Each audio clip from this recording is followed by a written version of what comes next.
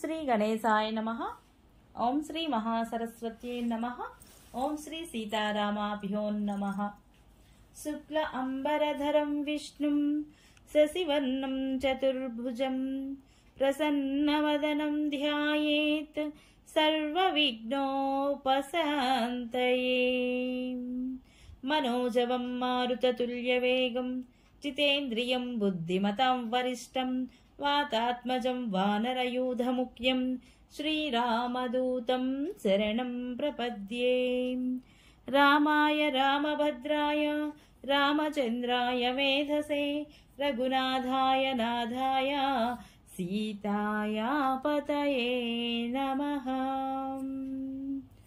జై శ్రీరామ్. అత్యంత రమణీయమైన అద్భుత సుందర కావ్యమైనటువంటి సుందరకాండ నిత్య పారాయణలో భాగంగా మనం ఈరోజు 56వ రోజుకు చేరుకున్నాము. ఈరోజు మనము 62వ సర్గము ప్రారంభించుకోబోతున్నాము. ఇందులో మనకు వానరులు మధువన రక్షకులను దధిముఖుడిని పరాభవించుట, అతడు సేవకులతో కూడి సుగ్రీవుని దగ్గరకు వెళ్ళట గురించి తెలుసుకోబోతున్నాము. చాలా బాగుంటుంది, చివరి వరకు స్కిప్ చేయకుండా చూడండి. జయ శ్రీరామ్. వానరోత్తముడైన హనుమంతుడు దధిముఖుని కారణముగా కలత చెందియున్న మనస్సు గల వానరులతో ఇట్లనెను. ఓ కపివరులారా, మీరు ప్రశాంత చిత్తులై మధువులను సేవింపుడు. మీకు అడ్డువచ్చు వారిని నేను నివారించెదను. వానర ప్రముఖుడైన అంగదుడు హనుమంతుడిని వచనములను విని, ఓ వానరోత్తములారా, ప్రసన్న మనస్కులై మధువులను స్వీకరింపుడు. కృతకృత్యుడై వచ్చిన హనుమంతుని మాటలను నేను అవశ్యము విధిగా పాటింపవలయును. అది అకార్యమైనను సరే. ఇట్టి ఘనకార్య విషయమున ఇక చెప్పవలసినదేమున్నది అని పలికెను. ఆ వానర వీరులు అంగదుని నోటి నుంచి వచ్చిన మాటలను విని బాగు అనుచు మిక్కిలి సంతోషముతో అతనిని ప్రశంసించిరి. పిమ్మట వానరులందరూ కూడా కపివరుడైన అంగదుడిని అభినందించి నదీ ప్రవాహము వలె వేగముగా మరల మధువనమున ప్రవేశించిరి. సీతాదేవిని చూచివచ్చిన వార్తను విని అంగదుని ఆజ్ఞ వలన నిర్భయులై ఆ వానరులు మధువనమున ప్రవేశించిరి. పిమ్మట వనపాలకుల మాటలను త్రోసిపుచ్చి అందరూ కూడా మధువులను గ్రోలిరి. రసవంతములైన ఫలములను తృప్తిగా ఆరగించిరి. అప్పుడు వనమును రక్షించుటకై ఆరాటముతో 100 కొలదిగా వచ్చిన వనపాలకుల అందరినీ వారు మీదబడి కొట్టిరి.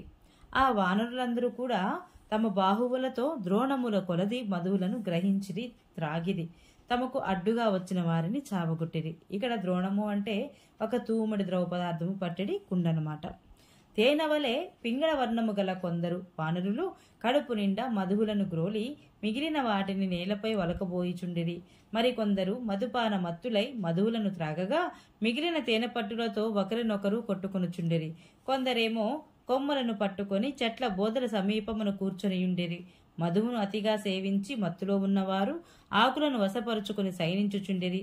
మధుపాన మత్తులైన వారు కొందరు పిచ్చి ఎక్కిన వానివలే సంతోషముతో ఒకరినొకరు ఎత్తి నేలపై పడవేసుకునుచుండిరి.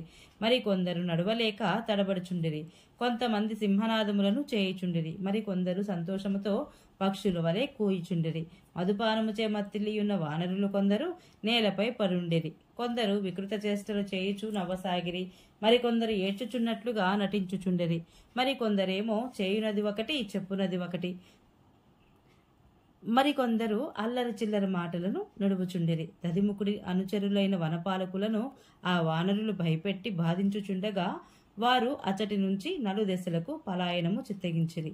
ఆ వానరులు వనరక్షకులను మోకాళ్లతో కుమ్మి నేలపై ఈడ్చుచు ఆకాశమునకు విసిరివేసిరి. అంతటా వనపాలకులు కలత చెందిన వారై దధిముఖుని దగ్గరకు వెళ్లి ఇట్లు మొరపెట్టుకునేది. హనుమంతుని అనుమతి పొందిన వానరులు తమ ఇష్టం వచ్చినట్లుగా మధుపానము ధ్వంసము గావించుచుండెరి. మమ్ము మోకాళ్లతో పొడుచుచు లాగిరి. మమ్ములను ఆకాశమునకు విసిరివేసిరి. అంతటా వనపాలకుడైన దధిముఖుడు అను వానరుడు మధువన ధ్వంస వార్తను విని మిక్కిలి క్రుద్ధుడై ఆ దెబ్బలు తినవచ్చిన తన అనుచర కపులను ఓదార్చెను. ఇట్లు రెండు బలగర్వితులైన ఆ వానరుల కడకు వెళుదము. మధువులను రక్షించుచున్న ఆ వానరులు మనము బలప్రయోగముతో నివారింతుము. వీరులైన ఆ వానర పుంగవులు దధిముఖుని మాటలను విని వెంటనే అతనితో కూడి వేగముగా మధువనమునకు చేరిరి. వారి మధ్యనున్న దధిముఖుడు వెంటనే ఒక చెట్టును పెకలించి తీసుకుని వేగముగా పరిగెత్తెను. అతని అనుచరులైన వారందరూ కూడా అతన్ని వెంట పరుగిడిరి. క్రుద్ధుడైన ఆ వానరులు రాళ్లను వృక్షములను పర్వతములను గ్రహించి అంగదాది వానర ప్రముఖులున్న ప్రదేశమునకు బయలుదేరిరి. వీరులైన ఆ వనపాలకులు తమ నాయకులైన దధిముఖుడి మాటను తమ హృదయమునందు నిలుపుకొని త్వరగా మద్ది చెట్లను తాళవృక్షములను శిలలను ఆయుధములుగా గొని పరుగులు తీసిరి. అంతటా వీరులైన వేల కొలది ఆ వనపాలకులు బలగర్వితులై వృక్షముల మీదను నేలపైనున్న అంగదాది వానరులను చుట్టుముట్టిరి. పిమ్మట హనుమంతుడు మొదలగు వానర ప్రముఖులు అందరూ క్రుద్ధుడయ్యున్న దధిముఖుడిని చూచి వెంటనే వానిని ఎదుర్కొనిరి. మహాబలశాలియు మిక్కిలి బహు పరాక్రమము గలవాడును అయిన దధిముఖుడు వృక్షమును తీసుకుని వచ్చుచుండగా క్రుద్ధుడైన అంగదుడు పెద్దవాడైన అతనిని తన బాహువులతో కొట్టెను. ఆ అంగదుడు మత్తులో ఉండిన వాడై ఇతడు నాకు పూజ్యుడైన తాతయ్యని గుర్తింపక వెంటనే అతనిని నేలపై పడద్రోసి కుమ్మెను. అంగదుని దెబ్బలకు వానర వీరుడైన ఆ దధిముఖుని బాహువులు ఊరువులు భుజములు నుగ్గునుగ్గాయెను. అతని దేహము పట్టుదప్పి రక్తసిక్తమాయెను. వెంటనే అతడు ఒక క్షణకాలము పాటు మూర్ఛిల్లెను.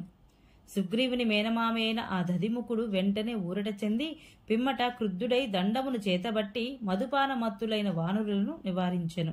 వానరోత్తముడైన ఆ దధిముఖుడు ఎట్టకేళ్లకు ఆ అంగదాదుల నుండి విముక్తుడై తన వద్దకు వచ్చిన అనుచరులతో ఏకాంతముగా ఇట్లు పలికెను. వీరిని ఇట్లే ఉండనిండు. ఇక వీరితో మనకు పని లేదు. మనకు ప్రభువు సమయస్ఫూర్తి గలవాడు, కఠోరముగా శాసించువాడు, అంటే సముచితముగా మాట్లాడువాడు అగు సుగ్రీవుడు శ్రీరాముని చెంతగలడు. అచ్చటికి వెళ్ళుదము. మనమందరము అచ్చటికి వెళ్లి అంగదుని యొక్క దోషములను అన్నింటినీ మన ప్రభువునకు నివేదింతుము.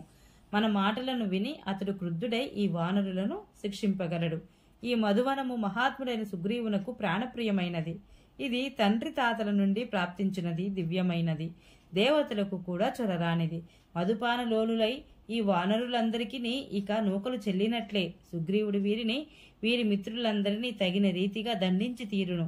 రాజాజ్ఞను ధిక్కరించినందులకు ఈ దురాత్మలు అందరూ వదార్హులే, అంటే మరణ శిక్షను పొందవలసిన వారే. అప్పుడే దుస్సాహసమైన మన కోపము చల్లారును. మహాబలశాలి అయిన దధిముఖుడు ఆ వనరక్షకులతో ఇట్లు పలికి వారితో కూడి వెంటనే ఆకాశమునకు ఎగురుచు బయలుదేరెను. అనుచర సహితుడై ఆ దధిముఖుడు సూర్యపుత్రుడును ధీశాలియు అయిన సుగ్రీవుడు ఉన్న వనమునకు మరుక్షణములో చేరెను.